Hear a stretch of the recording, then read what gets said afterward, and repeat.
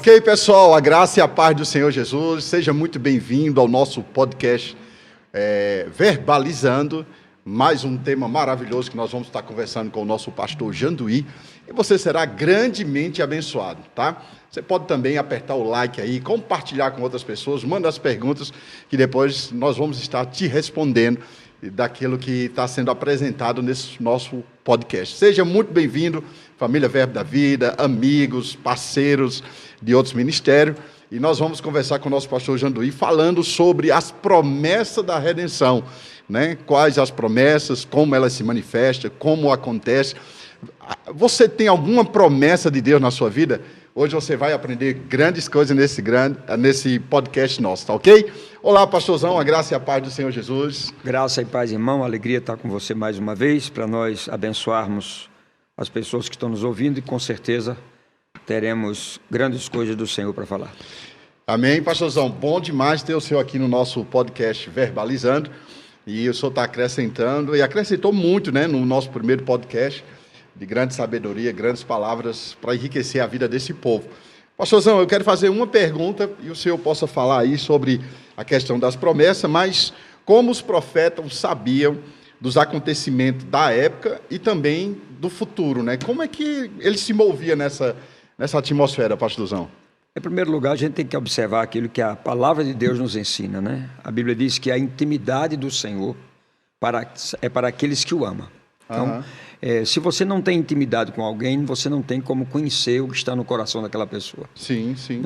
Você não tem convivência com aquela pessoa, então fica difícil de você saber alguma coisa dela. Uma coisa é você cumprimentar uma pessoa todos os dias, olá, como vai, tudo bem. Outra coisa é você ter uma intimidade, você passar a conviver com aquela pessoa. E eu acredito que era isso que acontecia com os profetas. Eles tinham uma intimidade com Deus, de vida de busca, de oração, de santidade, e por isso eles tinham o Wi-Fi de Deus junto ao deles, ligado o tempo todo, e Deus falando com eles, e eles falando para o povo. Era assim que acontecia. Se você vê, por exemplo, para começarmos, nós fomos para o livro de Reis, né? Nós temos algumas coisas aqui tão interessantes, que a Bíblia nos ensina no capítulo 6 de 2 Reis, que o rei da Síria, ele estava planejando uma guerra contra Israel. Sim. Né? E ele planejou os lugares onde ele estaria e tudo mais. E, de repente, quando ele chega lá, aquilo que ele planejou não deu certo e não funcionou. O rei da Síria volta frustrado e começa a perguntar aos seus súditos o que está acontecendo, se tem algum traidor no meio deles. Aí alguém, bem ligado, disse, não, meu senhor, não tem nenhum traidor no nosso meio. Sim, o problema é que eles têm um profeta em Israel, o profeta Eliseu. Então, tudo que o senhor fala na sua recâmara, Eliseu sabe e ele passa para o rei de Israel. Agora, meu Deus. Eu te pergunto, quem dizia isso para Eliseu? O nível de comunhão de Eliseu com Deus era tão profundo que não era apenas falácia, não era apenas narrativa nem argumentações. Era algo que ele buscava de Deus e que vinha para ele, e no momento que vinha ele tinha convicção e falava daquelas coisas que estavam acontecendo. Então eu acho que no tempo que nós estamos vivendo, essas coisas também são possíveis de acontecer. Porém, a minha indagação é, a comunhão que nós temos hoje, mesmo sendo uma nova criação, recriados no Espírito, qual tem sido as nossas narrativas, como tem sido a nossa vida de busca com Deus, a nossa vida de intimidade com Deus, para que nós possamos continuar recebendo. E olha que hoje seria muito mais fácil, porque sobre os profetas o Espírito estava sobre, conosco o Espírito está dentro, então a comunicação é muito maior. Agora, o Espírito pode estar dentro, mas não haver entre nós e o Espírito estar dentro de nós nenhuma comunicação, nenhuma vida com Ele. Então, se não é essa intimidade do meu Espírito para com o Espírito de Deus, da minha vida com a vida do Espírito de Deus, eu não vou receber as comunicações. Eu posso criar comunicações baseados em fatos, mas, de fato, de verdade, aquilo que Deus quer falar no tempo de hoje, que eu tenho certeza que Deus quer falar, para homens inspirados, isso não está acontecendo. Então a gente vê muita coisa sendo dita, mas que de fato acontece. Dita, mas não acontecem. Sim, sim. Né? Aqui tem um fato tão interessante que depois que Eliseu teve aquele episódio com Naamã, né? E Naamã perguntou se ele queria alguma coisa. Ele disse que nada queria. né? Porque a finalidade daquele profeta não era arrecadar nada para ele. Veja como é séria a questão, inclusive hoje. Então, o servo de Eliseu, o Geazi, né? Ele correu atrás da caravana e insinuou pedir alguma coisa, né? E aí o profeta diz o seguinte, o profeta diz, porventura, Geazi, não fui contigo em espírito?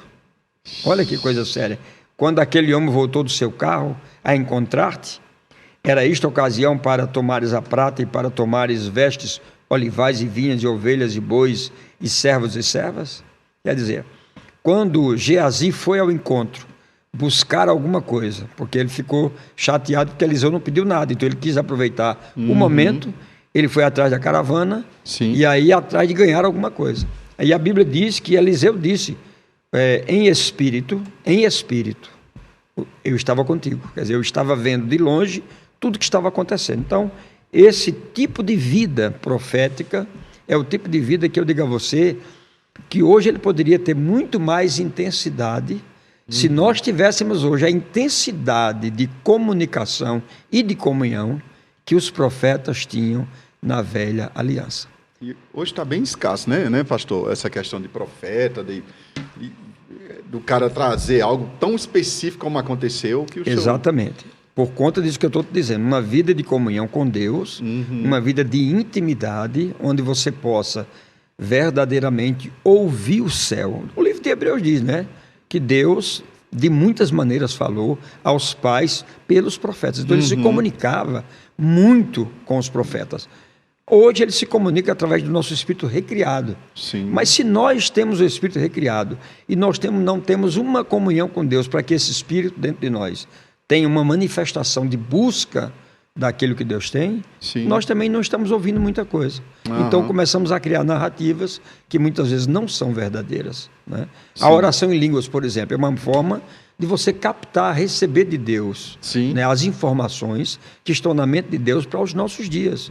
Agora eu te pergunto, orar em outras línguas, nós sabemos disso de cor salteado. Agora, quantas pessoas de fato, de verdade, oram em línguas de fato e de verdade? Então é isso que tem feito a diferença. E esses profetas, eles não só falaram da redenção, que é o nosso assunto hoje, mas eles falaram das promessas que estavam contidas na redenção. A redenção é um projeto dos céus, é um projeto de Deus que veio para as nossas vidas. Agora, dentro desse projeto, há muitas promessas que foram feitas, inclusive a Jesus Cristo, quando ele desse a sua vida pelo pecado do homem, algumas coisas aconteceriam. Então, veja bem, se nós formos para o livro de Atos dos Apóstolos, nós vamos ver, no dia de Pentecostes, quando o apóstolo Pedro se levanta, lá em Atos capítulo 2, versículo 22, o apóstolo Pedro se levanta para fazer a defesa daquilo que estava acontecendo. Ele traz a lume, né, para o coração das pessoas que lá estavam vindo, exatamente aquilo que foi dito pelos profetas acerca de Jesus Cristo. Ou seja, os profetas é como se eles estivessem ouvindo o diálogo entre o Pai, o Filho e o Espírito Santo, de coisas que estavam sendo comunicadas a eles, os profetas, que aconteceriam muitos e muitos anos depois. Então você vê aqui, em Atos capítulo 2, versículo 22, diz assim, Pedro levanta e diz, varões israelitas, atendei às palavras, Jesus, o Nazareno, varão aprovado por Deus, diante de vós, com milagres, prodígios e sinais, os quais o próprio Deus realizou por intermédio dele entre vós, como vós mesmos sabeis. Sendo este, Jesus Cristo, entregue pelo determinado desígnio e presciência de Deus, ele diz, vós o mataste, crucificando por mão de iníquos, ao qual Deus ressuscitou, rompendo os grilhões da morte, porquanto não era possível fosse ele retido pela morte. Então veja bem, a primeira promessa de redenção é vida, não é morte. Jesus morreria, mas ressuscitaria. Esse é o primeiro passo. Aí diz assim, porque a respeito dele, a respeito de Jesus, diz Davi. Aí Davi diz, agora Davi vai entrar. Diante de mim via sempre o Senhor. Então você veja que aqui está falando de um profeta vidente. Ele via o Senhor. Diante de mim via sempre o Senhor. porque está à minha direita. Era como se ele estivesse vendo o diálogo de Deus e de Jesus Cristo.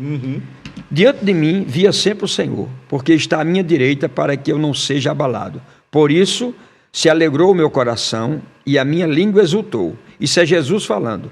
Além disso também,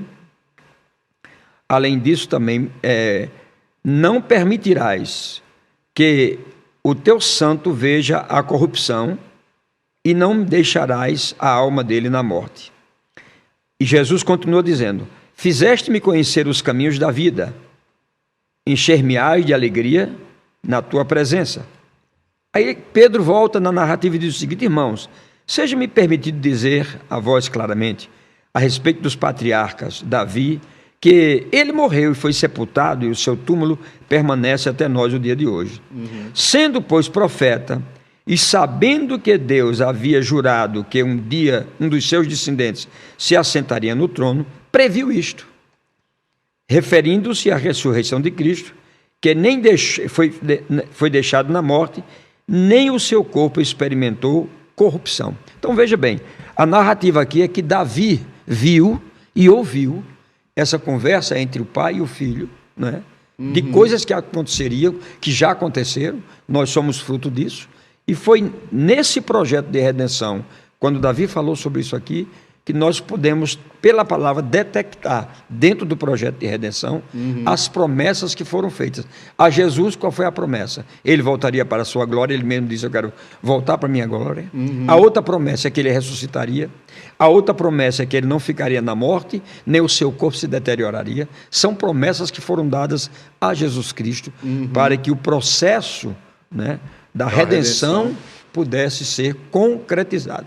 E aí, dentro desse projeto da redenção, vieram algumas promessas, e nós temos bíblicos 38 aspectos da redenção, que são promessas que foram dadas a Jesus Cristo, e que, infelizmente, a maioria de nós cristãos não conhecemos.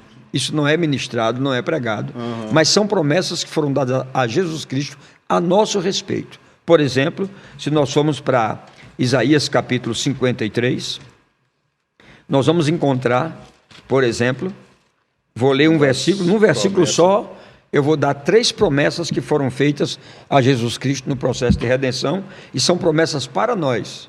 Não era para Jesus Cristo, era dada para ele, para que ele pudesse dar para nós, era a premiação que ele receberia. Então, em Isaías 53, no versículo 10, diz assim: todavia ao Senhor, aqui falando de Deus, agradou moê-lo ou enfermá-lo, falando de Jesus Cristo.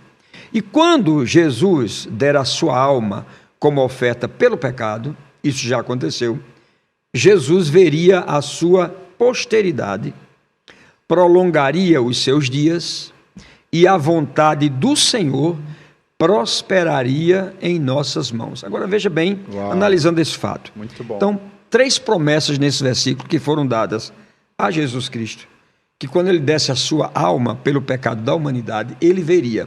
A primeira delas foi: ele verá a sua posteridade.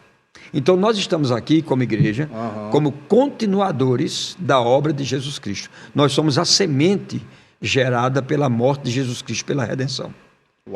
É projeto de Deus que nós vivamos como pessoas que somos continuadores, testemunhas daquilo que aconteceu com Jesus Cristo, e através disso nós possamos vivenciar uma vida como a de Jesus Cristo, porque nós somos uma semente de continuidade, ou seja, nós temos o mesmo DNA que Jesus tinha. Isso foi a primeira promessa.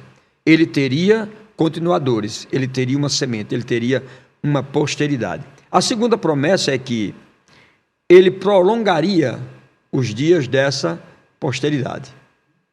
Então a Bíblia está nos ensinando que nós, que passamos pela redenção, por causa da promessa que foi dada a Jesus Cristo na sua morte, nós teríamos direito, como posteridade, a ter uma vida longa e uma vida abençoada. E por que longa? Porque Ele quer que nós compramos todos os preceitos de Deus aqui na terra. Então, não está proposto para nós morrermos fora de tempo ou antes de tempo. está proposto para nós vivermos muito e vivermos melhor, bem, né? Salomão, quando escreveu os Salmos, entre eles o Salmo de número 3, ele diz assim: filho meu, não te esqueças dos meus ensinos, e o teu coração guarde os meus mandamentos. Por quê? Eles aumentarão os teus dias e te acrescentarão anos de vida e paz, né? Essa é uma promessa bíblica para que nós possamos viver. Então, além de posteridade, está previsto que nós devemos viver e viver muito. Agora eu pergunto, a igreja está tendo essa consciência de que são continuadores da obra de Jesus Cristo na face da terra? Essa é a questão, que nós temos que nos preparar.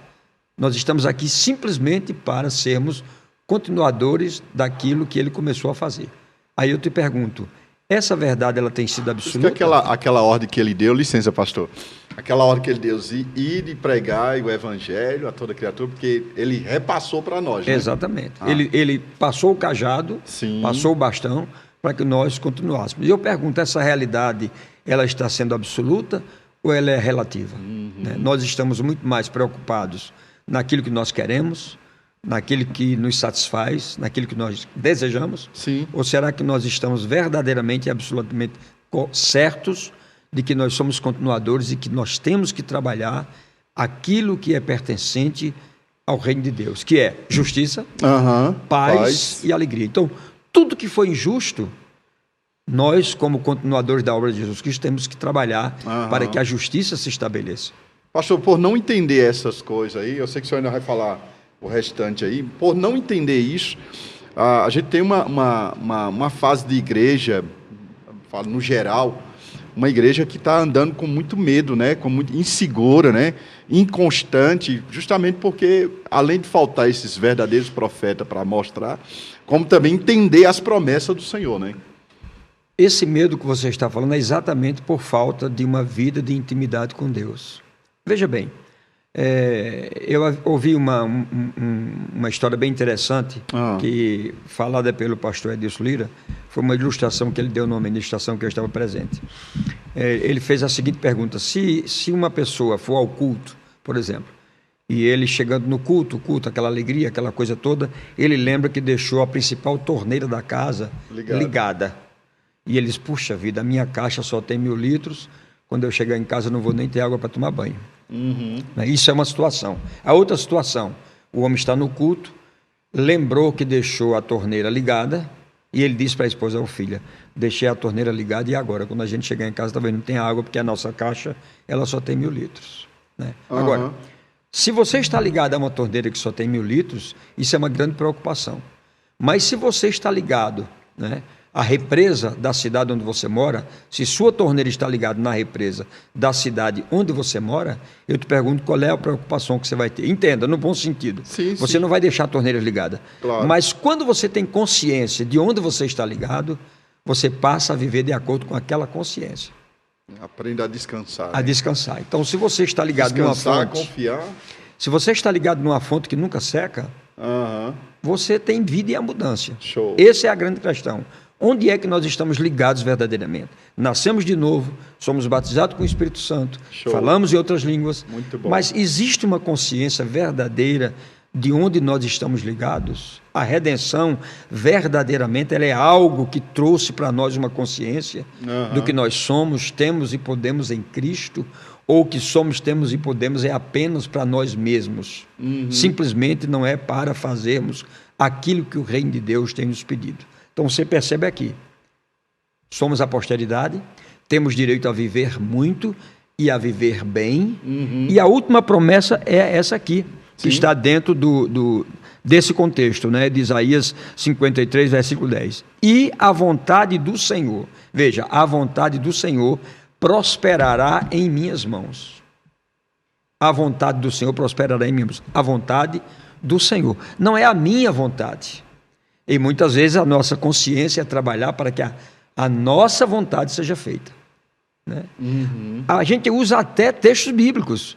Deleita-te no Senhor e Ele satisfará os desejos do teu coração. É fato, mas quando é que eu me deleito no Senhor e Ele satisfaz os desejos do meu coração? Quando Ele é minha fonte verdadeiramente, quando eu estou fazendo a vontade dEle, quando eu estou andando de acordo com aquilo que Ele traçou para que eu andasse, né? É bonito quando você lê em Atos a Bíblia dizendo que Davi viveu no tempo dele e cumpriu todos os propósitos de Deus. Eu posso estar vivendo simplesmente tentando vivenciar os meus propósitos, mas os propósitos de Deus não. Então isso é muito sério. Então aqui diz que eu sou o continuador, porque eu sou posteridade, né? Eu tenho direito a viver muito e nas minhas mãos eu verei a prosperidade da vontade do Senhor. Olha que coisa bonita. Então, prosperidade existe, mas prosperidade tem um fim. Qual é o fim? É a vontade do Senhor ser executada na face da terra onde nós vivemos. Isso é que eu digo a você que precisa, nos dias de hoje, a igreja ser alertada para vivenciar aquilo que a palavra tem nos ensinado. Então, é uma promessa que foi dada a Jesus Cristo. É como se Deus dissesse assim: Jesus, você vai morrer pela humanidade, é um projeto de redenção. E eu vou te dar uma premiação. Você não vai ficar só, você vai ressuscitar, mas você não vai ficar só. Você vai ter um batalhão, um exército, que vai dar continuidade, agora envolvidos pelo meu Espírito, que os guiará em toda a verdade. Esse batalhão vai andar no Espírito, não vai andar na carne, vai buscar aquilo que eu desejo. Esse batalhão vai viver muito, ele não vai viver pouco, porque eu quero que os meus soldados vivenciem bem muitas coisas. E esse batalhão verá em suas mãos a vontade de Deus prosperando, aquilo que Deus quer. Exatamente, esse é o desejo de Deus. Pastor, eu anotei aqui, e agora o senhor falou totalmente pelo Espírito, né? Que a posteridade eu coloquei como a posteridade eu coloquei como Espírito. Pega do Espírito e transmite. Exatamente. Vida longa eu coloquei como uma alma sarada. Exatamente. Curada, né? Uma alma bem tratada, né? Exatamente. E o propósito eu coloquei como corpo, né? Exatamente. Caminhar nisso. Caminhar. Então, Caramba, que legal. De 38 aspectos como promessas da redenção, eu citei 3. Mas eu poderia, por exemplo, ir para Isaías 53 para mostrar mais alguma coisa. Isaías 32, desculpe. Isaías 32. Meu Deus. Nós vemos uma outra faceta aqui da redenção, né? Baseado em 2 Coríntios capítulo 5, versículo 21. E a palavra redenção é comprado de volta, né? Comprado de volta, foi exatamente isso. Por isso que ele está dando direitos, porque nós perdemos todos os direitos por causa do pecado. E agora ele nos compra e está voltando para nós todos os direitos que eram nossos. Caramba. Porque em Adão não era para ter morte, era só para ter vida. Agora ele está fazendo de nós uma posteridade que terá vida longa, que verá a prosperidade da vontade do Senhor em nossas mãos. Sim. E em 2 Coríntios, se eu não me engano, capítulo 5, versículo 21, Sim. está escrito: aquele, que é Jesus Cristo, que não conheceu o pecado. Quer dizer, ele, Deus, fez Jesus pecado por nós, para que em Jesus Cristo nós nos tornássemos a justiça de Deus. Ixi. Será que nós entendemos o que é essa justiça dentro do projeto de redenção? O que é que essa justiça tem direito?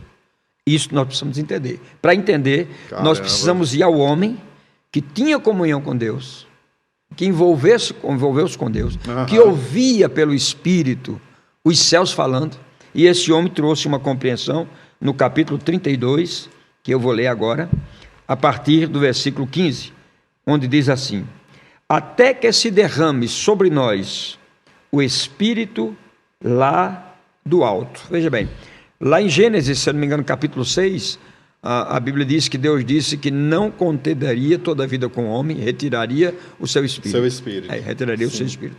Aí você vê que agora o profeta está vendo Deus retornando através de uma palavra profética, através de uma promessa, para aqueles que tiveram acesso à redenção, a volta do Espírito Santo, e agora de uma forma extraordinária, né? Aí diz aqui, até que se derrame sobre nós o Espírito lá do alto, então o deserto se tornará em pomar. A primeira coisa, pelo pecado nós vivíamos uma vida de escassez, uma vida de angústia, uma vida de maldição, de sofrimento, pobreza. Agora o Espírito vem, E o Espírito está nos tirando desse deserto, através da redenção, nos levando a viver num pomar. Olha que coisa maravilhosa. Uau. E diz assim: até que se derrame sobre nós o Espírito lá do alto. Então o deserto se tornará em pomar, e o pomar será tido por bosque. Aí diz: o juízo habitará no deserto. Por que o juízo habitará no deserto? Sim. Porque o deserto vai pagar tudo aquilo que tirou de nós. Então o juízo vai estar lá no deserto.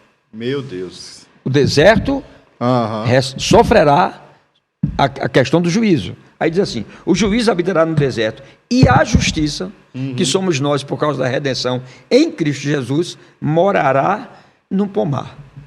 Por isso que é muito difícil você ouvir hoje um crente dizer assim: eu estou no deserto, eu estou ali. Ó. Não, a Bíblia diz que o Espírito Santo seria derramado, e já foi no dia de Pentecostes. Sim. Nós sairíamos pela redenção do deserto e moraríamos agora em um pomar.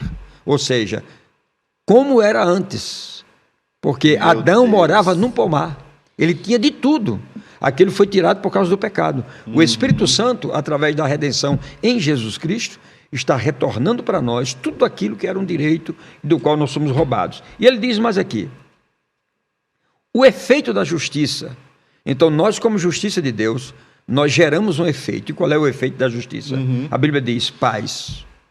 E o que é paz? Paz é a palavra shalom, que é tudo tendo, nada faltando, suprido, nenhum prejuízo. Shalom é a palavra paz na velha aliança. Na nova aliança, quando você vai ler os evangelhos e as palavras de Paulo, etc., etc., você vai encontrar para paz eirene.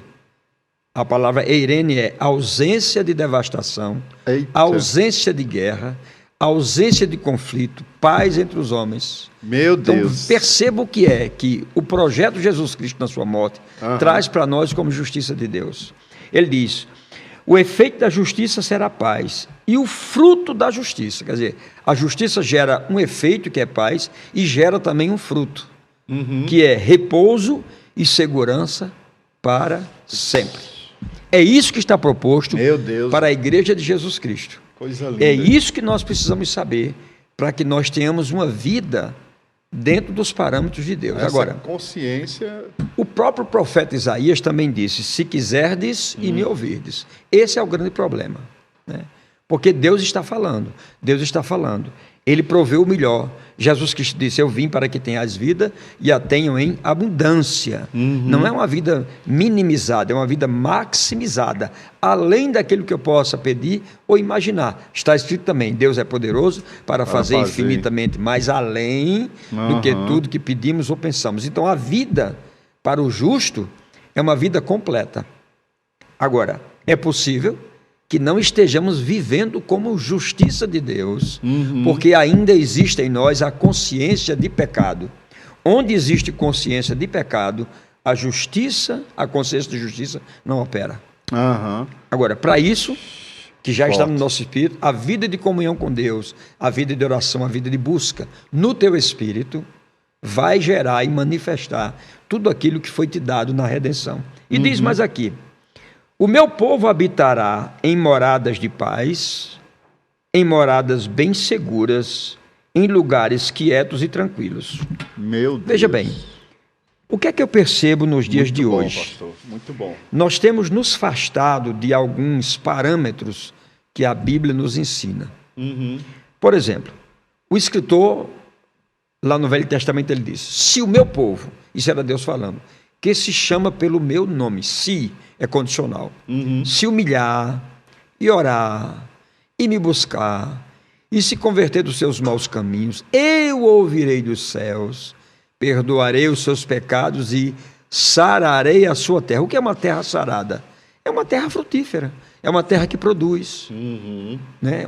Uma terra sem os conflitos existenciais que nós temos. Sem ser estéril, né? Exatamente, dando fruto. Mas o que eu percebo é o seguinte: estamos muito aquém daquilo que a palavra tem nos ensinado, de uma vida de busca, de uma vida diante de Deus, verdadeiramente, o nosso tempo devocional. Isso não quer dizer que você não tenha que trabalhar, que você não tenha que viver o seu cotidiano. Nós estamos no mundo, num sistema que é diferente do sistema do reino de Deus. Mas Deus nos colocou nesse sistema para fazermos a diferença. E a conexão do espírito, Exatamente. né? Mesmo trabalhando, mesmo na correria, mesmo... Exatamente. Essa... Nós temos que passar por isso, né? Essas resistências, elas vão existir. Deus vai dar os comandos, nós vamos ter, em obediência, de fazer os comandos que Deus manda, virão as resistências, com certeza. Nós temos que vencer as resistências, para isso Ele nos deu uma arma, e esta é a vitória que vence o quê? O mundo, a nossa fé, a fé que vem pelo ouvir, né? Pelo meditar na palavra de Deus. Sim. Então nós vencemos as circunstâncias por essa fé, que também é um projeto da redenção, né? Sim. Que é uma arma que é dada por Deus, que vence o mundo. Essa arma chama-se fé. Nós temos que trabalhar essa fé, impregná-la no nosso coração, para que a gente possa ter o maior número de vitórias possível, mesmo vivendo num sistema caído. Ou seja, nós estamos aqui não para viver aquilo que o sistema tem dito para nós. Nós estamos aqui para contrariar esse sistema. Uau. Como igreja, as portas do inferno não podem prevalecer. Agora, eu tenho que me posicionar. De que lado eu estou? A Bíblia diz: se alguém se constitui amigo do mundo, ele é inimigo de Deus. Se você for amigo de Deus, não tem jeito, você vai ser inimigo do mundo. Agora, o que a gente percebe é que as pessoas negociam. Eles são amigos de Deus, mas também querem ser amigos do mundo. Eles são amigos do mundo e querem ser amigos de Deus. Né? É como o testemunho que nós ouvimos hoje. Não vou fazer isso, aquilo outro, porque eu quero ir para o céu. Não é só essa questão, não fazer isso. É uma consciência de quem você é, do que foi feito por você. Quando você tem a consciência daquilo que foi feito por você, e você abraça o que foi feito, você perde o medo de andar errado, você perde o medo de fazer as coisas que não agradam a Deus, e você faz aquilo e você agrada a Deus. E você começa a viver uma vida de intimidade com Deus. Uma vida suprida. Prazerosa, né? Sem falta, sem medo, sem peso. Porque tem até pessoas que têm medo andando dentro da igreja. Tem pessoas que têm medo, se não der o dízimo, vai ser castigado por Deus. Esse pensamento existe também. O dízimo é bíblico, mas você faz isso por amor ao Senhor, por uma questão de ver a fidelidade dele, e você se torna fiel a ele. Você faz por amor, não por um medo. E quando você faz por amor, você começa a ser abençoado. Então, aqui diz, o projeto Justiça é um projeto que vai te dar, você ter um efeito, que é viver uma vida de paz. É um fruto que é repouso e segurança para sempre. Né? E o que Deus tem é um laço de bênçãos para que nós vivamos independente de qualquer coisa que aconteça. Olha, irmão, se a Bíblia diz: se quiseres me ouvir, comereis o melhor dessa terra, não importa o sistema, existe o melhor nessa terra. Agora, compete a mim, com os olhos espirituais, me posicionar nesse meu habitat e captar essas coisas que são altamente importantes para mim. Está na mesa, já estão na mesa. Eu só preciso abrir meus olhos.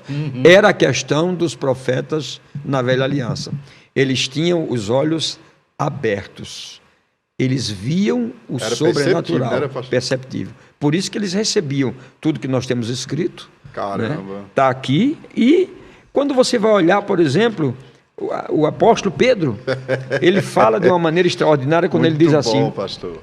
Ele diz: temos assim tanto mais confirmada a palavra profética, e fazeis bem em atendê-la como uma candeia que brilha em lugar tenebroso, até que o dia clareie e a estrela da alva nasça em nossos corações. Então, você olha aquilo que os profetas disseram na velha aliança, e você estuda essas coisas, e você descobre aquilo que nós estamos falando hoje. Isaías 53. Num versículo só, nós encontramos 3 promessas estupendas que foram dadas a Jesus Cristo. Isaías 53, quanto, pastor? 10. E foram dadas para quem? Para mim e para você. Foi dado para a igreja. Né? Nós somos os continuadores, né, dele. Nós temos direito a viver muito, e as nossas mãos podem ver a vontade, a prosperidade da vontade do Senhor. Vamos para a questão da justiça. Vamos. E vemos a questão da justiça, como vimos agora. Aquilo que Deus já fez em nós como justos, o que está prometido para os justos, não é? Vamos viver nesse mundo, sim, agregados a tudo isso que está acontecendo aí, mas não sendo influenciados pelo mundo. Mas, olha o que Paulo disse aos Romanos, capítulo 12. Rogo-vos, pois, irmãos, pelas misericórdias de Deus, que apresenteis o vosso corpo como sacrifício vivo, santo e agradável a Deus, que é o vosso culto racional, e não vos conformeis com este século, com esse sistema, com a forma desse sistema, mas transformai-vos pela renovação da vossa mente, para que vocês possam experimentar qual seja a boa, a agradável e perfeita vontade de Deus. Então, quando eu me jogo para as profecias e vejo tudo aquilo que foi prometido para mim, já é meu. Eu não preciso pagar nenhum preço por isso.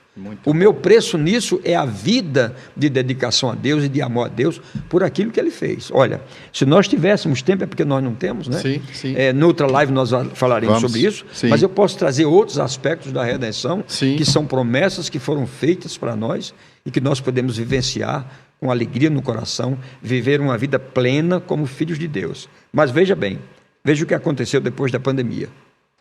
Antes da pandemia, todos os cultos, faltava lugar. Hoje, muitas igrejas têm lugar sobrando. Onde estão as pessoas? Ainda estão em casa. O que aconteceu? Reféns de si mesmo, com medo, não querem vir à igreja. Outros perderam o compromisso, outros se desviaram. E é por isso que nós estamos como nós estamos. O sistema tentando nos dominar. Pressionando o tempo todo, né? Uma pequena minoria se levantando, voltando à vida de oração, voltando à vida de jejum, de uma busca, partindo para cima. Mas é uma pequena maioria. Agora eu te pergunto, se todos os crentes, se toda a igreja de Jesus Cristo na face da terra estivessem de joelhos nesse momento, como seria? A terra ia ser abalada. O que é que a Bíblia diz, irmã? A Bíblia diz que nós devemos zelar pela vida, zelar pela família, pela nossa liberdade, pelos princípios que nos foram dados. E você encontra hoje crentes que estão contrários a isso, dizendo que são cristãos. Meu Deus. Aí eu te pergunto, estamos divididos ou não estamos divididos? Quando é que essas pessoas vão perceber o mal que estão fazendo a si mesmo? Quando estiverem no caos. Sim. Então nós precisamos, nesse tempo, é o que eu tenho feito em minhas orações, que seja feita a vontade de Deus, assim como é feita no céu, porque eu tenho certeza e aqueles que no que não céu tiverem, sejam... Eu tenho certeza que no céu não tem essas bagunças que tem aqui. Sim, lá é tudo em ordem, tudo tranquilo. Então, que seja feita a vontade de Deus aqui na terra, como é feito no céu. Esse é meu desejo. Amém, pastor. E eu louvo a Deus por esse momento que nós tivemos juntos aqui, nesse podcast. Eu tenho certeza que ele trouxe alegria para o coração de muitas pessoas. Claro que tem pessoas que discordam de algumas coisas que nós falamos, é o direito de cada um deles. Nós estamos fazendo aqui numa vida livre, né? Mas o que eu falei foram coisas que estavam na Bíblia, bíblicas, né? Não é invenção minha, está lá. Nós podemos experimentar e vivenciar isso melhor. Nós somos os continuadores de Jesus Cristo, temos direito a viver muito e as nossas mãos foram feitas para que a gente veja a prosperidade da vontade do Senhor em nossas mãos. Isso vai acontecer. Por quê? Porque nós somos a justiça de Deus em Cristo, nós geramos, produzimos, manifestamos um efeito que se chama paz, geramos também um fruto que é repouso e segurança para a frente, para sempre. Acreditar e viver isso é uma coisa, e vivenciar é outra. Muitos ouviram, poucos creram, mas todos verão. Bendito seja o nome do Senhor. Oh, coisa boa. Você foi muito abençoado, querido. Deixa aí seu comentário, manda uma mensagem para nós. Eu vou pedir ao nosso querido pastor para deixar uma mensagem no coração de todos que estão nos assistindo, pastor. E que a sua última saudação. Gente, obrigado aí. Aperta o like, compartilha, segue as nossas redes sociais. Quero agradecer também a Ampli Produções, né? Tem trabalhado e tem feito esse lindo trabalho aqui de verbalizando, né, apresentando para você grandes coisas e vem coisas boas demais para vocês aí no nosso podcast. A minha mensagem final é que você se alinhe à palavra de Deus, né? Vivencie a palavra de Deus, ame a palavra de Deus, né? Viva diariamente o seu tempo de devocional com Deus, para que você possa apenas não ler, mas aprender a palavra. E eu vou te dizer, onde os teus olhos chegarem, os teus pés irão chegar. Você vai alcançar exatamente aquilo que você desejar com o seu coração, baseados naquilo que a palavra de Deus nos ensina. Grande abraço a você. Tchau, tchau, pessoal. Deus abençoe vocês do Instagram, pessoal que está nos assistindo no canal no YouTube. Beijo no coração, até a próxima.